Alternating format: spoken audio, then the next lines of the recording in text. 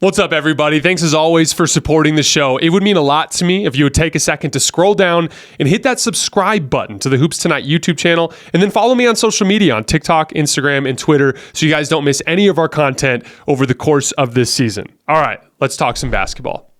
Okay, so I want to go back west to the Clippers, who I saw dismantle the Celtics in Boston from the opening tip. So a couple of nights ago, I'm out, and Lawrence Frank is sitting next to me. And we just chop it up for an hour. And I said, man, was I wrong on that deal? I said, I hated it. I'm like, what are you going to do with Westbrook? He went to the bench, where he's playing about 23 minutes a night and doing really good things in that 23 minutes. Last night, he had a couple of beautiful passes against the Hawks. Kawhi and Paul Lavoie's tremendous two-way wings. They've got size, Plumlee, they've got some size. But I said, you're a beautiful team to watch.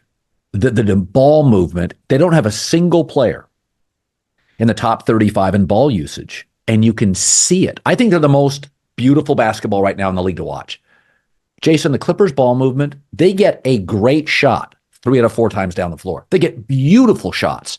They have surging offense with like a Coffey and a Westbrook off the bench. Size, experienced wings, veteran point guard, experienced head coach.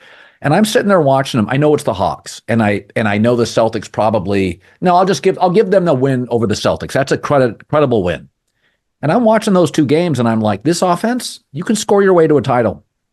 There's no Tim Duncan in this league now. Like, you can score your way to a title. Jokic is not a great defender. Milwaukee's not a great defensive team. I think we have to take the Clippers seriously. I think they're a machine offensively. Westbrook deserves credit, and Harden, Lawrence Frank said right now in his career, all about winning. Most coachable guy. So your takeaway on what you're watching with him? I think with James Harden, we overestimated, going into that deal, how much like his playoff shortcomings really play a role in the regular season, which is they don't. Like, James Harden is still, even last year in Philly, one of the best regular season offensive engines that you can have in the league. That specifically is of great value next to Paul George and Kawhi Leonard, because they are both very much tip of the spear type of scorers.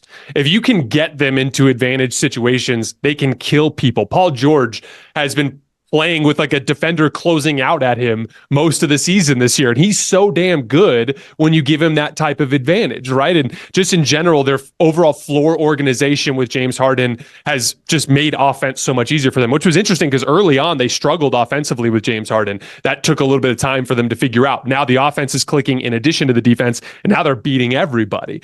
The other part of it too is when we really look at the Clippers as a regular season team, they've been more on like the Lakers side in years past, where they're kind of just getting through the regular season. And one of the things that NBA history has told us is Denver Nuggets 1 seed, Warriors before Steph Curry sprained his foot, right there with the Suns at the top of the West, the Bucks 1 seed, the Lakers 1 seed, the Raptors a 2 seed. Like, the team that is a veteran team that has talent, that attacks the regular season with like a real ferocity, usually wins the title. And so the Clippers, I think, just from the top down, have approached the season with a lot more urgency this year. And I think that that's a big step in the right direction for them. Now, I want to be clear. There's some question marks surrounding this team. They're 23rd in defensive rebounding. That's usually a big red flag for the playoffs. They also attempt 26 pull-up jump shots per game, which is the second most in the league. And right now they're making them at a really high rate, but we've seen what happens when they lost to Denver in the bubble. That's what happened. Their pull-up jump shots went cold, and they didn't really have another punch at that point. But to be clear, all these teams have holes. Boston has offensive issues. Milwaukee has defensive issues. So it's not like the Clippers' issues are, the only team in the league that has that type of red flag. But the way I look at it, it's one last thing on the James Harden front that I think we didn't properly account for. In Philly, he was getting the best perimeter defender every night. Tyrese Maxey was viewed as the secondary option. They're throwing the forwards at Joel Embiid. He's getting the best guy on the other team at guarding a perimeter initiator. Who are you throwing your best guy at for a perimeter weapon with the Clippers? You're probably throwing it at Kawhi. Who are you throwing your second best guy at? You're probably throwing it at Paul George. James Harden is getting quality matchups every single night. I think just in general, there's lower pressure on him in this postseason. If you actually look back, last season, they were below 500 in the regular season and in the playoffs when James Harden shot below 40%. They did not have that margin for error in Philly for James to have a bad night. With the Clippers this year, they're well above 500 when James Harden shoots below 40%. There's margin for error. James can go off the reservation and they just keep trucking right along. And so I think they just kind of increased their margin for error. They improved their regular season offensive organization. But once again, it will come down to Kawhi and Paul George knocking down pull-up jump shots when they get into the postseason. Yeah, and then Westbrook comes off the bench where he's often the best guard on the floor. You know, when he comes in at the 8-minute mark, he's only playing like 23 minutes a night. But first of all, he's always been an energy guy. I'm never worried about that. But I think he deserves credit. He just said, listen, Carmelo really struggled to adapt to his role off the bench for like 3 years. Westbrook's like, I'll do it. And when Terrence Mann's your fourth best starter in the starting five, you're like, that's a good team. I think it's a really brilliant point. They're a little bit of a matchup issue. So because Kawhi and Paul George are very similar, I think Paul's the most underrated player in the league. He gets this whole playoff P, and then you go look at his playoff numbers. They're not bad at all. They're not bad at all. So I think he's a really underrated player. And he and Kawhi are very similar players. So you have to pick your poison. And if you start looking like the other night, and Kawhi is still such an effective player because of his hand size down low. He's really a problem. He's so strong. Paul's more of a pure perimeter player. Kawhi can go inside. I think they're just a matchup problem. I think they're a matchup problem with Westbrook off the bench, and I love watching them play. I don't know. I think the NBA is fine. Did you like the in-season tournament? I thought it was so great. good. I don't understand the pushback. It was amazing. Adam Silver's batting 1,000. First of all, if you're upset about Taylor Swift or purple basketball courts, get a life. Like, who gives a shit? Secondly, there's no question when I watch those games.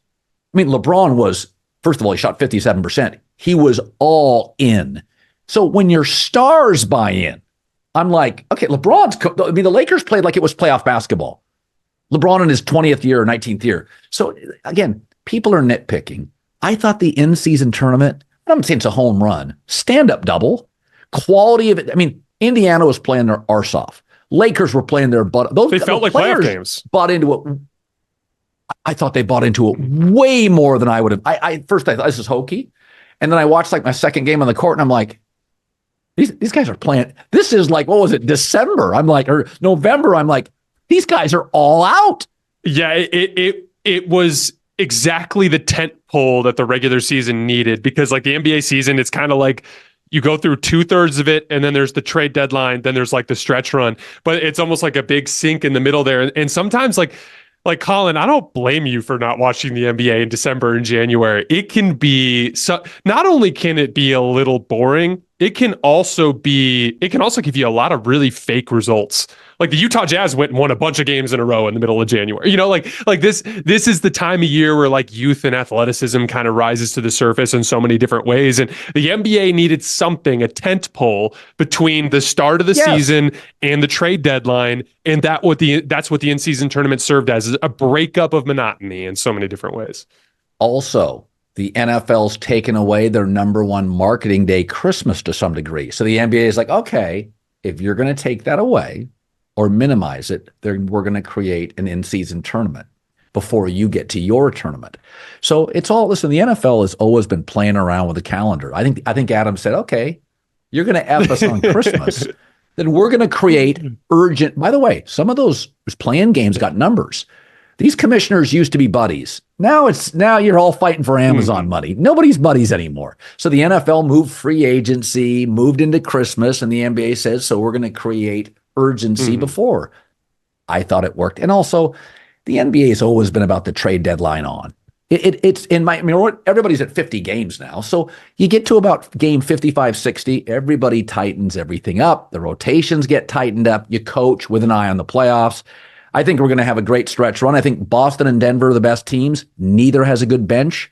And I think there's some Milwaukee's, Lakers, Phoenix, Oklahoma City, Minnesota. Can't wait to watch it.